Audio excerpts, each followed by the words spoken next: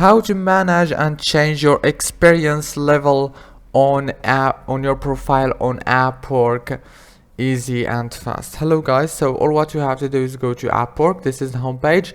Now go here in the top, click on your profile, click on settings, and after you click on settings it will take you directly to this page. On this page you will find many options, as you can see, but all what you have to do is simple. Just go right here on profile settings, click on it, and now scroll all the way down like this, and you will find the experience level, and you will be able to choose entry level, intermediate, or expert.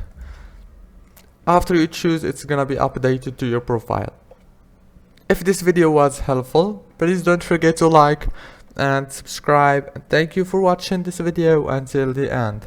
See you in the next video, and thank you so much.